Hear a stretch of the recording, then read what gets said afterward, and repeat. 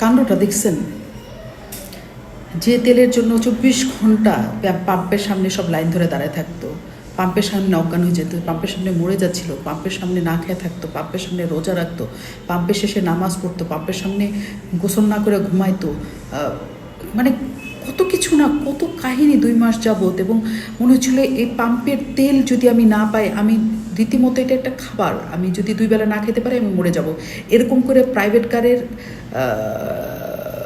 ড্রাইভাররা তেল নিচ্ছিল, প্রাইভেট কারের মালিকরা তেল নিচ্ছিল। মানে মালিকদের তো কষ্ট করতে হয় নাই, কারণ তারা ড্রাইভার রাখি 20-30 হাজার টাকা দিয়ে এই যাও লাইনে দাঁড়ায় থাকো বলে পাঠাই দিচ্ছে, কারণ তাদের কাছে তো মানবিকতা বলে কোনো কথা নাই। তারা হচ্ছে সেখানে ড্রাইভাররা লাইনের পর লাইন দিয়া ঘন্টার পর ঘন্টা, দিনের পর দিন, রাতের পর রাত সেখানে থাকছে। কি লম্বা লাইন, বাপরে বাপ! এবং সেই লম্বা লাইনের কারণে গাড়ি চলাচল করতে পারতো না, অলিতে গলিতে, দর্শগলিতে, সব গলিতেই মনে করেন গাড়ি যাইতে পারতো না। মাত্র 10 দিন আগে, 10 দিনও না 8 দিন আগে এই সিন ছিল। এখন আপনারা জানেন, তেলের পাম্পের সামনে যান, মাছিও বসতেছে না। কেমনে সম্ভব? মানে এটা কেমনে সম্ভব আমারে বলেন? এমন তো হয় নাই যে ট্রাম্প এসে সরাসরি মানে 4-5 জাহাজ প্লেনে করে এসে আমাদের এখানে নামিয়ে দিয়ে গেছে।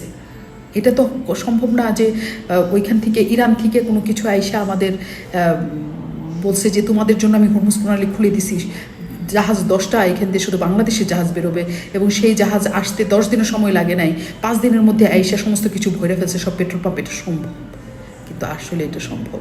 কারণ এগুলো না হইলে কেমনে পেট্রোল পাম্পের সামনে ভিড় থাকে না, কেমনে লাইন থাকে না, আপনারা আমার বুঝান। আমি বুঝি নাই। আজকে সকালবেলা থেকে, যখন আমি দুপুরবেলা থেকে আসতেছি, কোনো পেট্রোল পাম্পের সামনে কোনো লাইন নাই। কেন তো লাইন নেই কেন? মানে আমি প্রথমে ভাবছি যে লাইন দিয়ে তেল দেওয়া হচ্ছে না, তারপরে দেখি যে না, আরে একদম পাম্পের সামনে যেখানে তেল দিচ্ছে সেইখানকার সামনে 4-5টা গাড়ি, সেখান থেকে 4-5টা গাড়ি তেল নিচ্ছে, আর লাইনের ল নাই। তাহলে নিশ্চিতভাবে ট্রাম্প হেলিকপ্টার দিয়ে পাঠাইছে,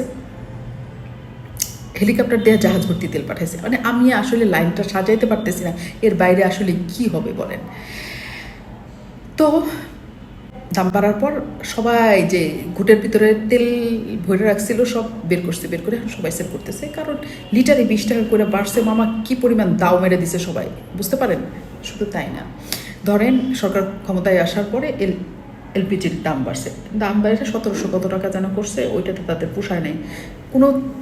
কোনো এলপিজি কোথাও পাওয়া যাচ্ছিল না। রিপোর্টার পাঠাইছি, সহকর্মীদের পাঠাইছি, যাও এলপিজি আছে নাকি কোথাও দেখে আসো। তারা এসে বলে দোকান খুঁজে তো এলপিজি পাওয়া যায় না, যে এলপিজি পাওয়া যায় সেটা 2000-এর উপরে বেচে। নাই, দাম বাড়াইছে তারপরেও এলপিজি নাই, এবং নাই নাই নাই। তারপরে কি হইল?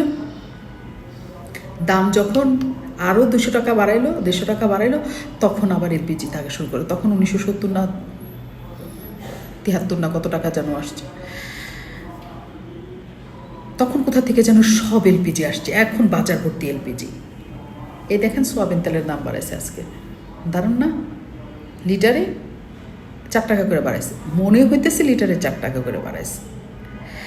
মানে আপনি 5 লিটারে একটা ক্যান কিনলে আপনাকে 20 টাকা দিতে হবে, তখন আপনার গায়ে লাগবে। 4 টাকা হয়তো আপনার গায়ে লাগতেছে না, অনেকেরই গায়ে লাগে, এবং মনে হচ্ছে 4 টাকা বাড়াইতেছে, কিন্তু আপনি জানেন যে 4 টাকা বাড়তিতে আপনি কোথাও কিছু পাবেন না। দাম হয়েছে কত? 199 টাকা। 1 টাকার আপনার একটা চকলেট ধরায় বলবে কি টাকা নাই, দিবেও না। 200 টাকাই আপনাকে আসলে দিতে হবে। দাম আসলে 4 টাকা না, দাম বাড়ে 5 টাকা। তো এই যে বাড়তেছে, এই যে বাড়তেছে, এই যে বাড়তেছে, আমার স্যালারি বাড়ে নাই, আমার সহকর্মীদের স্যালারি বাড়ে নাই, কারোর স্যালারি বাড়ে নাই, সব কিছুর দাম বাড়তেছে, সব কিছুর দাম। এখন মনে করেন জনগণ কিছু বলতেছে না, কারণ সরকার নতুন নতুন আসছে। এই সরকারকে কী বলবো, আগের সরকারের সব পাপ এই সরকারকে নিতে হইতেছে অবশ্যই, এবং এই সরকারের প্রতি আমাদের পুরো সমর্থন আছে। তারা আমরা যে বাচ্চাটাকে ভালোবাসি, সেই বাচ্চাটা যা সব এলোমেলো করে ফেললে, জিনিসপত্র ভাঙলে, ঠিক বাবা ঠিক করছো, কোনো অসুবিধা নাই। আর যেটা আমরা দেখতে পারি সে ছেঁচামাই দিয়ে বলি কি তোর মতো অসভ্য আছে 2টা, যে তুই এটা ভাঙছিস, তোর জন্য এইটা হয়েছে।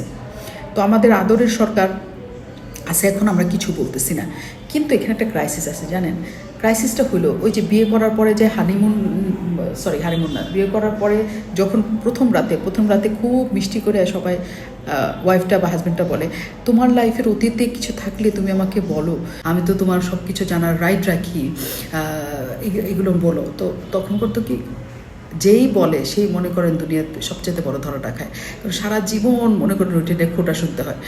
তো আমাদের আদরের সরকারের জন্যও সেটা প্রযোজ্য, যে এখন কিছু বলতেছে না, কিন্তু পরবর্তীতে সারা জীবন খুঁটাতে হবে যে তুমি আসতে না আসতে 2 মাস মাত্র হয়েছে, তুমি এর মধ্যে এত কিছুর দাম বাড়াইছো। বুঝলাম যে সব কিছুর জন্য তুমি দায়ী না, বুঝলাম দেশের অবস্থা, বিদেশের অবস্থা, ওই দেশের বাইরের অবস্থা, এই আগের সরকার অনেক কিছু করে গেছে, কিন্তু তুমি কেন আমাদের দিকে তাকাও নাই?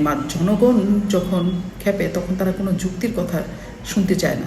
তো সব কিছু বাড়বে, কিন্তু একটু সহনীয় করাটা বোধহয় দরকার।